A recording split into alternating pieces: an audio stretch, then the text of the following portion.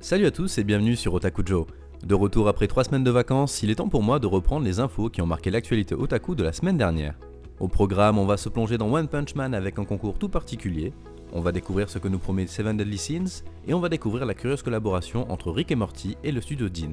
Restez bien chez vous et mettez-vous à l'aise car on est parti pour le résumé de l'actualité du 23 au 29 mars.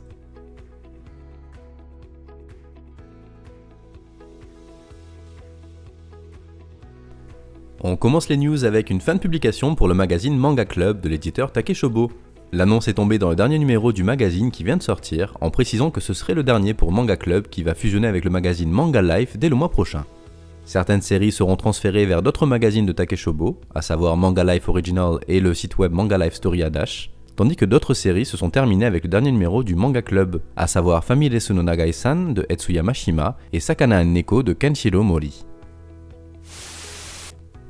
La popularité de la série d'animation américaine Rick et Morty n'est déjà plus approuvée, mais c'était sans compter sur une production jointe entre les créateurs de la série Justin Roiland et Dan Harmon et le studio d'animation japonais Studio Dean.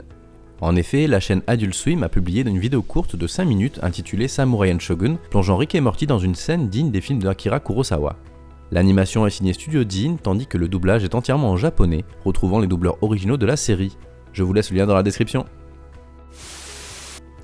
Glénat a lancé l'opération Reste chez toi avec un manga, une opération visant à inciter les lecteurs à encourager le confinement en cette période difficile et à leur proposer chaque jour le premier tome d'une de leurs séries en libre accès pendant 48 heures.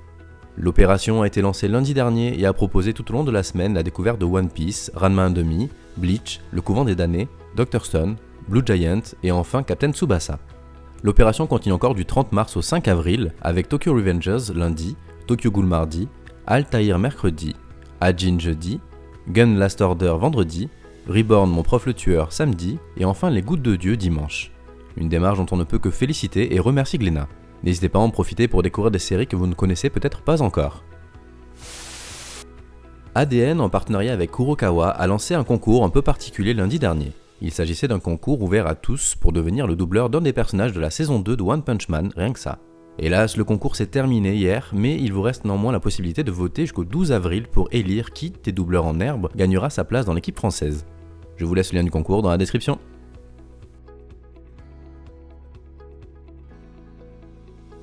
Du côté des entrées, on a une nouvelle série pour Taro Yabe, auteur encore inconnu en France. Elle s'appellera Boku no Otosan et sera centrée sur l'enfance de l'auteur et sur sa relation avec son père. Connu en France pour son manga Le Pacte des Yokai, licencié chez Delcourt Tonkam, Yuki Midorikawa va sortir son premier one-shot en 5 ans. Il s'intitulera Nakanai Tori no Kaerukiwa et sera centré sur une maid. Seven Deadly Sins va faire son retour avec une nouvelle saison qui s'intitulera Fundo no Shimpan. Hiroshi Shiibashi, l'auteur de Nura le Seigneur des Yokai, qui est publié en France chez Kana, va sortir un nouveau one-shot. Il s'intitulera Iwamoto Senpai no Suisen. Publié en France par Pika, Seven Deadly Sins vient de signer son dernier chapitre, mais c'était sans compter sur son auteur Nakaba Suzuki qui va lancer une suite à son œuvre, en plus d'un nouvel animé annoncé. Elle s'intitulera Mukushiroki no Yonkishi et sera centrée sur Tristan, un des 4 cavaliers de l'Apocalypse. Alors que Bofuri vient de diffuser son dernier épisode sur Wakanim, la série aura droit à une saison 2. Aucune date n'a encore été annoncée pour le moment. Connu en France pour son manga Les Fleurs du Mal chez Kiyun, Shuzo Oshimi a publié un nouveau one-shot qui s'intitule Kusakabe-san. Shinya Murata, licencié en France avec son manga Arachnid chez Soleil, va lancer un nouveau manga avec le dessinateur Zunta qui s'intitulera Konchuki. L'auteur Aoi Fujiwara va lancer une nouvelle série de son côté aussi. Elle s'intitulera Hanko Dekinai Barachan et sera centrée sur une jeune lycéenne qui tente de se faire remarquer par son grand frère. Connu en France pour son manga Puzzle disponible chez Delcourt Tonkam, Ryo Ikuemi va faire son retour avec Rose Rosie Roseful Bud, une nouvelle série tournée vers la vie d'une mangaka qui a la quarantaine. Netflix a annoncé que Castlevania aurait droit à une 4ème saison.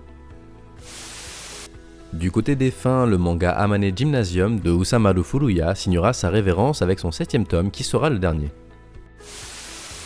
Licencié en France chez Akata, le manga Don't Fake Your Smile de Kotomi Aoki prendra fin dans 4 chapitres, soit en juillet s'il n'y a aucun report. Koya no Kotobuki Kootai, le manga de Muneaki Taoka et de Tsubasa Sugie, a pris fin mercredi dernier. Inconnu en France, le manga Majo wa Myojikara de Shigemitsu Hara et de Kyujo Matsumoto va se terminer dans 3 chapitres, soit le 8 mai. Le manga de Takato Shimura, Sayonara Otokonoko, tirera sa révérence avec son 3e et prochain tome. Publié en France par Nobinobi, Fairy Tail, la grande aventure de Happy, du mangaka Kenshiro Sakamoto, prendra fin avec son prochain chapitre le 2 avril prochain. Connu en France pour son manga Peace chez Kana, Hinako Ashira vient de terminer sa série Bread and Butter samedi dernier. L'œuvre aura toutefois droit à une histoire bonus à une date ultérieure.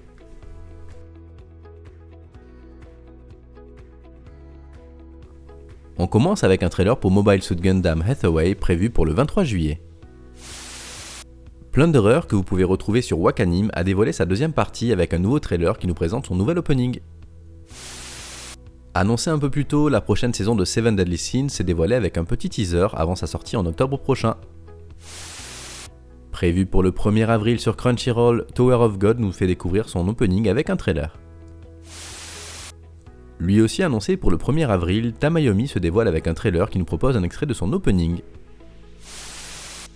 Monster Strike The Animation aura droit à un nouveau film qui nous a annoncé en images pour une sortie en juin.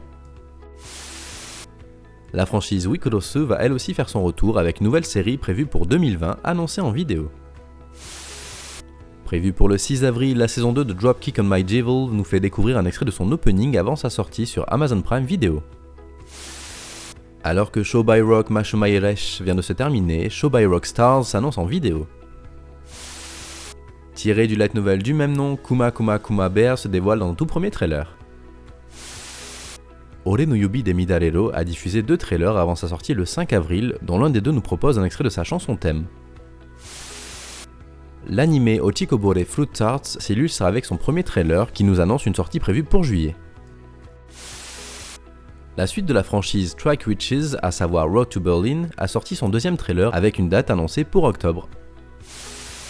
Alors que Magia Record vient de se terminer, une saison 2 est annoncée avec un teaser pour une sortie prochainement. Le 4e OAV de la franchise Strike the Blood a dévoilé son tout premier trailer avant sa sortie le 8 avril prochain.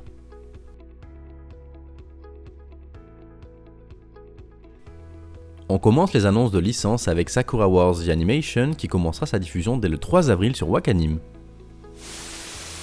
Toujours sur Wakanim, ce sera l'anime The Millionaire Detective Balance Unlimited qui fera son apparition le 9 avril. Du côté d'ADN, c'est l'anime Kingdom qui arrivera avec sa 3e saison le 5 avril en simulcast, suivi plus tard par les 2 premières saisons. La saison 2 de Kaguya-sama Love is War sera bien sûr de retour sur Wakanim dès le 11 avril. Et voilà pour cette semaine, j'espère que la vidéo vous a plu, n'hésitez pas à la liker et à laisser un commentaire si c'est le cas. De mon côté, je vous dis à lundi prochain pour la suite de l'actualité otaku. Passez une bonne semaine et surtout restez chez vous, c'est important.